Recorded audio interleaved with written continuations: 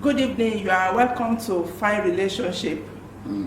Today we are dealing with episode 28, Wrong Ideas That Destroy Marriages. With me is Reverend Calebs, the F.I.N.D Relationship Coach. Please can you greet the audience? Wow. Wrong ideas that destroy marriages. Welcome back to this wonderful platform. Today is awesome. If you are watching us on Facebook, please do a watch party right now. Get your friends together. And those of you that are watching through YouTube, just if you're a first-time comer, click the subscription button, hit the bell so that you can get notification of new upload. And take out some time also look at some of the previous episodes that we've done, because it is inspiring and it is changing our world. Today we're going straight to this deal that we have today. Wrong ideas that destroy marriage relationships. Two of them is very critical and it have been trailing the social media.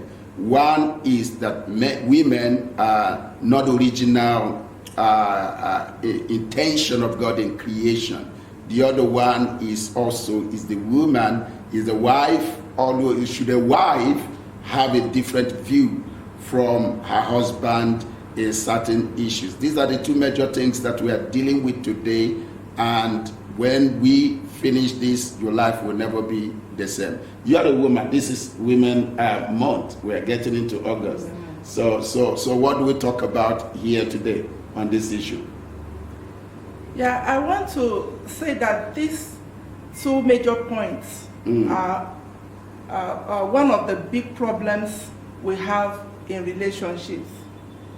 Check every relationship that doesn't have a right understanding of these 2 points. It's always messed up.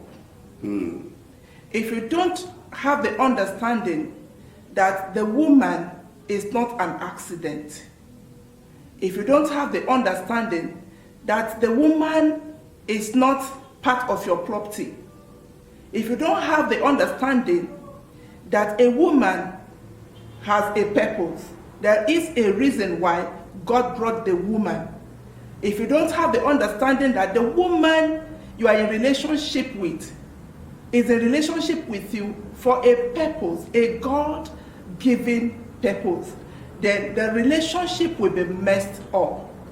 If we check from Genesis chapter 1, from verse 26 and 27, we saw where God created man. He said he made them male and female. The man and the woman were created the same day.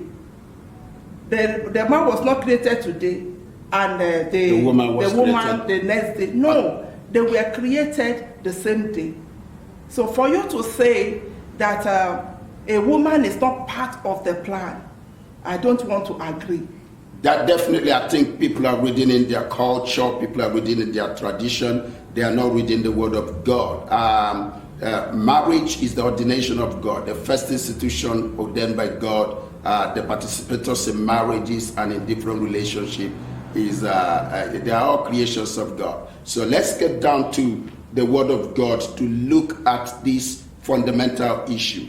Is a woman the afterthought of God in creation, or is a woman the original creation of God? I want to deal with these two issues today. Number one, let's deal with that first issue. The woman, is she the afterthought of God? In other words, God didn't plan to create the woman. Eventually, he ended up finding himself creating the woman. I think that's madness. That's madness and insult to the character of God. Two major things you must know about God as we read the scripture today. Number one is that God never made anything inferior. God never made anything inferior. Every single thing God made is unique, is special, is excellent. God never made anything inferior. The second thing is that God never created anything in time that he never planned in eternity. If you get these two concepts of God, these two character of God right, you are going to be in a good position to unlock the mysteries that we are talking about today. God never made anything inferior, not the woman. God never made anything in time that he did not originally plan in eternity. Pick up your Bible. Let's go to Genesis chapter 1, verse 26. Genesis chapter 1, verse 26 talks about God's declaration of the blueprint of mankind. It is not God creating the male man only. No, it is God creating the male and the female man.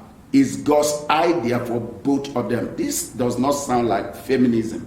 I don't believe in feminism, because feminism have no regard for the standards of God. But I'm talking about the standards of God in this place. Look at what God said when he wanted to create the male and female.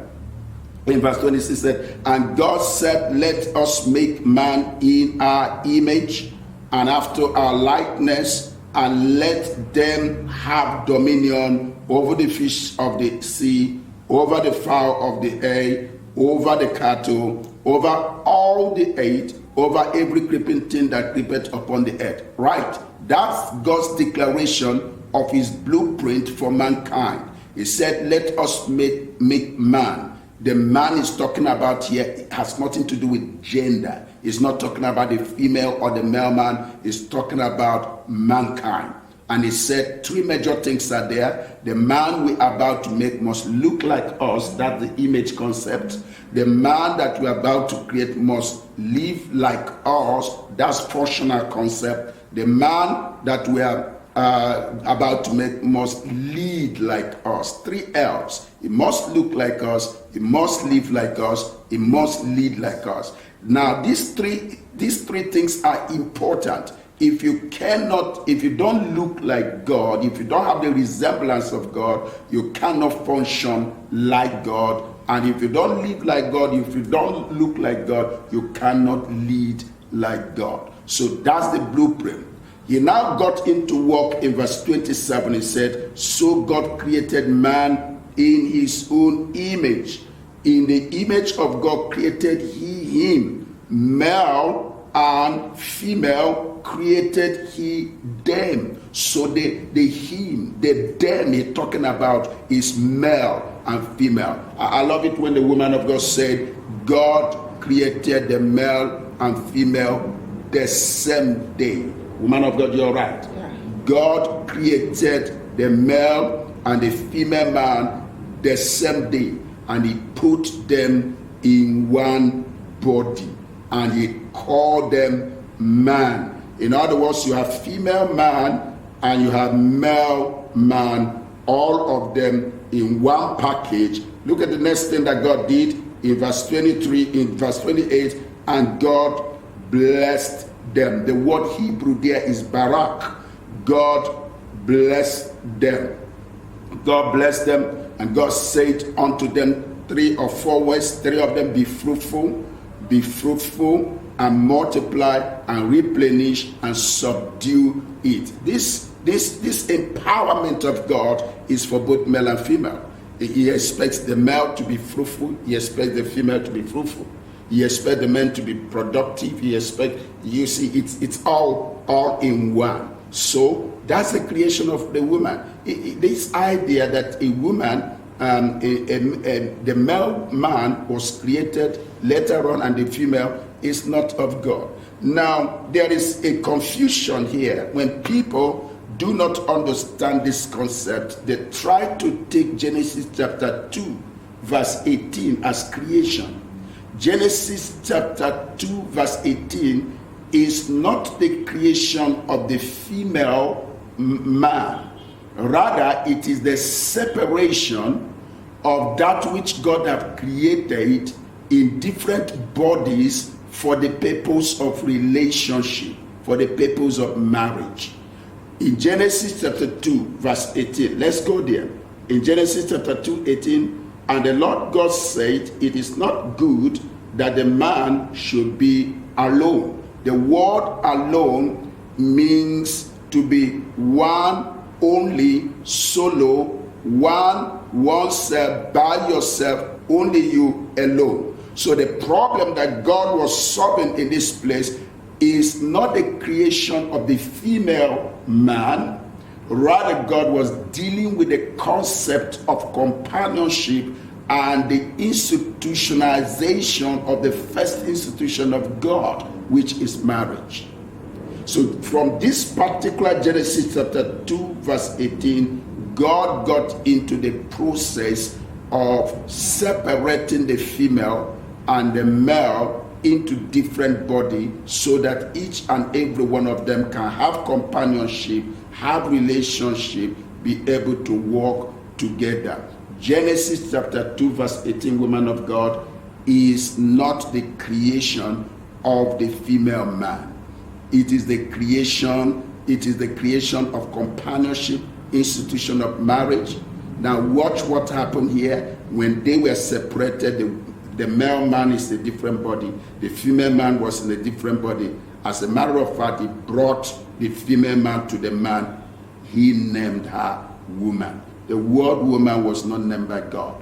It was named by man himself. And there's a reason for that, and this video, we're not going to enter into that today. But what we're dealing here is to be able to clarify the fact that the female man and the male man were all created in the same day. None were inferior to each other, and none are ordained to be inferior.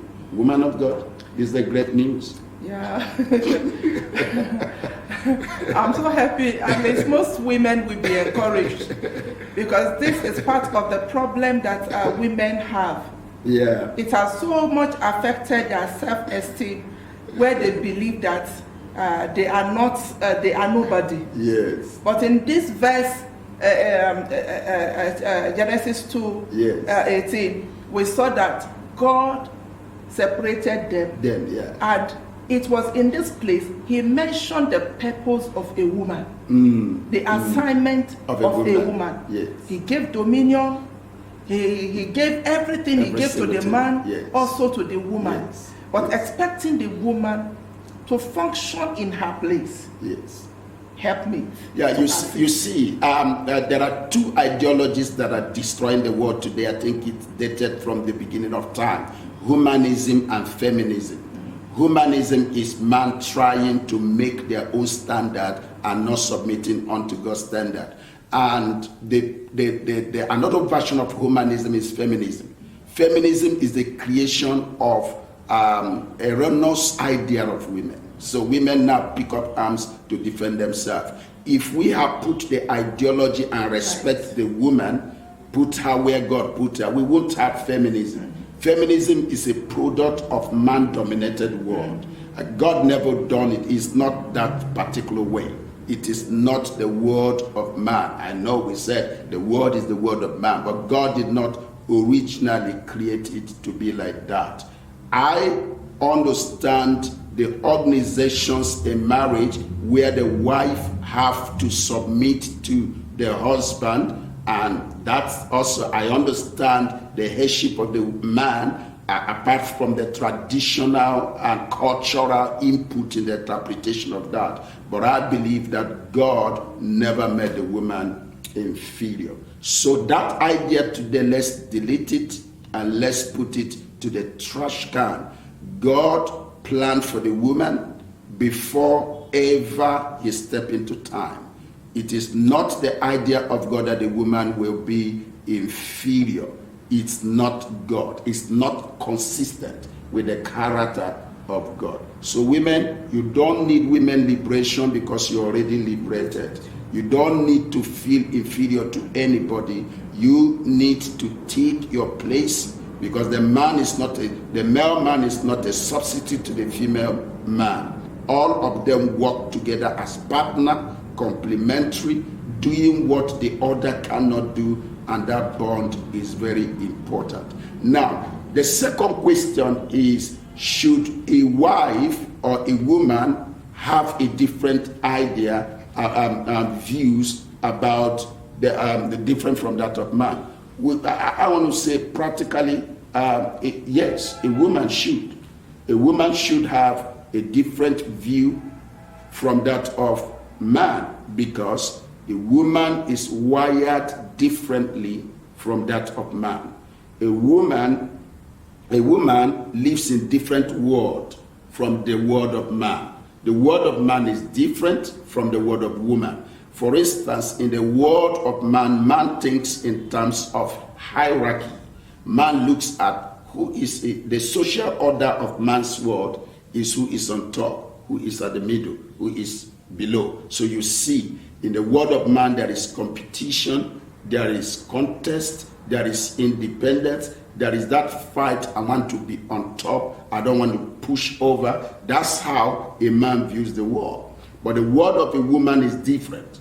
Women are network of connections. They believe in communal living. So they don't look at that. They look at intimacy as a way of connection. They look at the fight not to be pushed into isolation. Relationship becomes the thing that belongs to the world of a woman. So we will look at this in detail in our next episode, but I want you to understand that the world of the woman is different from the world of the man. It is a relationship that we synergize. It is a relationship we create a bridge of understanding. The man needs to understand the word of a woman, and the woman needs to understand the man. You know, most of the times they said the woman should sit down and understand the man. Yes, I believe that. The woman should sit down and understand the man. But at the same time, the man should also sit down and understand the woman, because both of them are coming from two different worlds. Relationship creates a platform where both of them can interact and understand each other with respect with one another. The world will be a harmonized place to live. Woman of God, talk, sign up. It's your day. I preach submission. I believe in submission. I'm submissive to my husband. My key word is submission to every woman. But it becomes a problem when you believe that the woman must agree with you in everything. If you have a wife that will always say yes to you in everything, it's a bad one. You are about to die. Yeah, that's because even when you are jumping into the fire, the yes. woman is saying yes. I see the way you're so saying. when I talk about submission, I'm not saying that a woman does not have a voice or a woman does not have the right to disagree when it is necessary. Yeah. Woman, when it is necessary to disagree with the man, disagree with the man in order to agree. Disagree in order to agree. That's powerful. Don't always say yes to everything. Give him the reason why you are saying no and leave it there. Don't force your decision on him, but let him hear that you are saying no to this. When you do that, you save him, save yourself, and save your family. That's awesome, and that's where we're going to close it today. Remember that we said on this previous episode on this platform that when you are focused, you are blind. When you are looking at one aspect of thing, you are blind because you are focused. You need a woman who looks at the same thing from different way, and that will bring a holistic view. Okay, thank you for tuning in and passing by and being here again. It is a fine relationship platform with Love and Caleb as your host. Thank you, DMG, for all your effort in this, and thank you, One Point Travel Rapchi. God bless you. See you next time.